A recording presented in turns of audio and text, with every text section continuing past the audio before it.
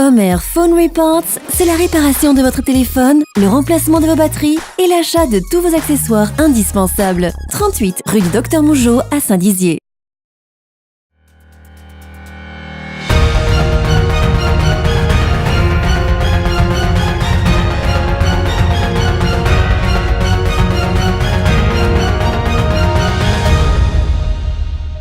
Bonsoir à tous, très heureux de vous retrouver en ce vendredi 26 avril. Voici les titres de votre journal. La 7e édition du Marathon du Der se déroulera le 2 juin prochain au départ de Saint-Dizier. Les dernières informations sur cet événement à voir dans quelques secondes. Dans ce journal également, connaissez-vous le collectif des 33 000 ? Il s'agit d'un collectif réunissant des chefs d'entreprise. Eh bien, figurez-vous qu'ils s'engagent d'une seule voix à agir pour construire et promouvoir le développement économique de la Haute-Marne et de la Meuse, ainsi que participer au débat démocratique autour du projet CIGEO, en y apportant un angle purement économique. L'écologie, un sujet qui préoccupe beaucoup d'entre nous, y compris les enfants. Amaris organisait un atelier à Vassy ce mercredi dans le but de sensibiliser ces derniers aux effets des changements météo. Et l'école des champions, première édition qui s'est tenue au gymnase à Ancerville. Nous y étions, reportage dès la fin de ce journal.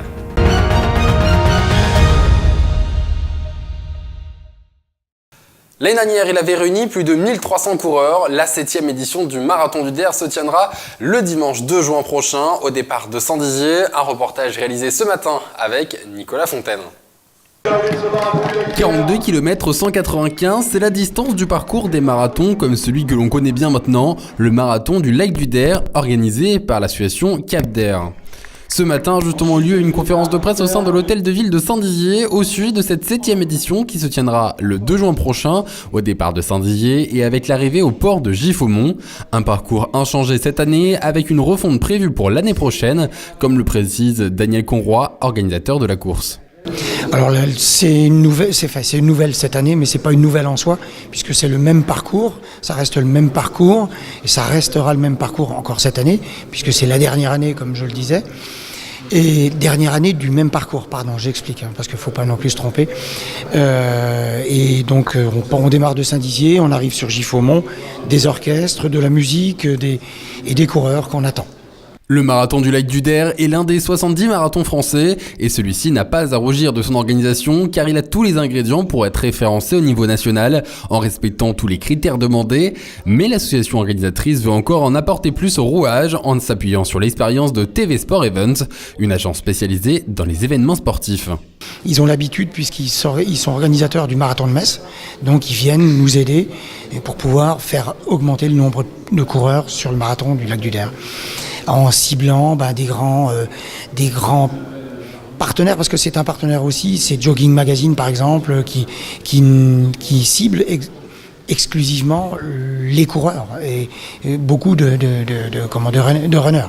L'organisation du marathon est forte de 250 bénévoles et de nombreux partenaires qui suivent ce projet bénéfique pour l'image du territoire. L'aide apportée au Marathon du Der pour cette 7e édition, c'est une aide assez substantielle. Exclusivement pour la ville de Saint-Dizier, c'est une aide matérielle qu'il ne faut pas négliger, qui compte plusieurs milliers d'euros. Et aussi un partenariat pour tout ce qui est l'animation le samedi lors des retraites d'Ossard. On a souhaité avec le club justement que cette journée soit une journée assez familiale, sportive, conviviale, et non pas seulement juste un retrait des dossards.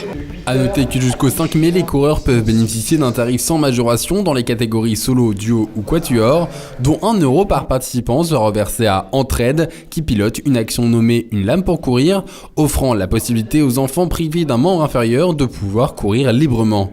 Les dossards des coureurs seront à récupérer le samedi 1er juin sur la place Aristide Briand de Saint-Dizier, lors du village marathon. Le collectif des 33 000 réunit des chefs d'entreprise de Meuse et de Haute-Marne. Eh bien, ces derniers ont décidé de s'engager à agir pour construire et promouvoir le développement économique de ces départements afin de participer également au débat démocratique autour du projet CIGEO en y apportant un angle purement économique. Des explications de Julien Carré et Audrey Tézan. Mercredi 24 avril, le président de la Chambre de commerce et d'industrie, Jean-Paul Asselet, ainsi qu'Antoine Lecomte, président de l'association Énergique, étaient présents à la salle de Suzannecourt pour parler du collectif 33 000, mais aussi de leur soutien auprès de la future laverie Unitech qui sera implantée dans le bassin de Joinville. Le collectif 33 000 est né d'une réflexion autour des acteurs du monde économique afin de mieux communiquer sur les entreprises du domaine nucléaire qui se sont implantées ou qui vont s'implanter dans le département de la Haute-Marne et de la Meuse. On pense que beaucoup de collectifs, vous l'avez certainement remarqué aujourd'hui, se positionnent et s'expriment.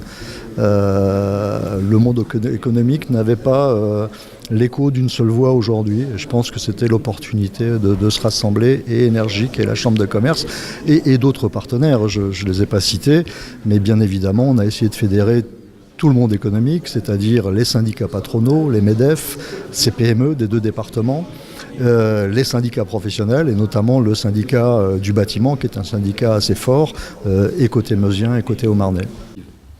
L'un des axes principaux de ce collectif est de soutenir les entreprises industrielles afin de promouvoir la création d'emplois, l'accompagnement de ces entreprises et l'implantation de celles-ci. Le collectif des 33 000 intervient auprès de Cigéo, mais aussi sur le projet de la laverie industrielle Unitech. On est conscient que ce projet doit être soumis à des autorisations, là aussi, notamment en termes environnementaux. On attend de voir un petit peu ce que les enquêtes publiques donneront, mais au niveau industriel, on souhaite soutenir ce projet. Aujourd'hui, on le fait officiellement. Ce collectif se présente donc comme la voix des chefs d'entreprise dans le but d'exposer les intérêts économiques de notre territoire, de promouvoir l'attractivité et de mobiliser l'ensemble des ressources des membres du collectif pour favoriser l'émergence d'opportunités. Depuis de nombreux mois, l'écologie est un sujet de débat. Une réelle prise de conscience est en train de se développer autour de ce domaine. Et pour que les jeunes puissent comprendre cet enjeu, Amaris organisait ce mercredi un atelier afin de les sensibiliser au changement météorologique. Un reportage de Julien Carré et Audrey Tézan. Comme chaque année à l'occasion de l'arrivée du printemps, les employés d'Amaris de Vassy ont invité leurs locataires à planter les fleurs afin d'embellir le quartier Chandeux. Un événement important puisqu'il permet de réunir tous les habitants du quartier. L'important, c'est de pouvoir justement rencontrer les locataires dans un autre cadre, dans un cadre un peu plus ludique et ne pas nous voir uniquement comme des salariés d'Amaris à qui on vient taper à la porte pour diverses réclamations. Donc c'est des liens privilégiés avec les habitants, mais toute l'importance est surtout de créer du lien social entre les habitants. Entre les groupes qui sont déjà créés par des locataires qui sont là depuis plusieurs années et surtout d'intégrer les nouveaux habitants qui ne connaissent pas forcément leurs voisins. Durant l'après-midi, l'association Climat 52 était présente afin de proposer aux enfants une activité ludique. Cet après-midi, on continue en leur proposant une sensibilisation sur la météo, l'environnement. Donc il y a l'association Climat 52 qui est venue se déplacer pour leur proposer de construire leur petite station météo qu'on essaiera juste après à l'extérieur. Cet événement est porté sur l'environnement et permet de sensibiliser les citoyens sur le développement durable, le tri des déchets et surtout de prendre soin de son quartier. Mercredi se tenait la première édition de l'école des champions gymnase intercommunal d'Ancerville.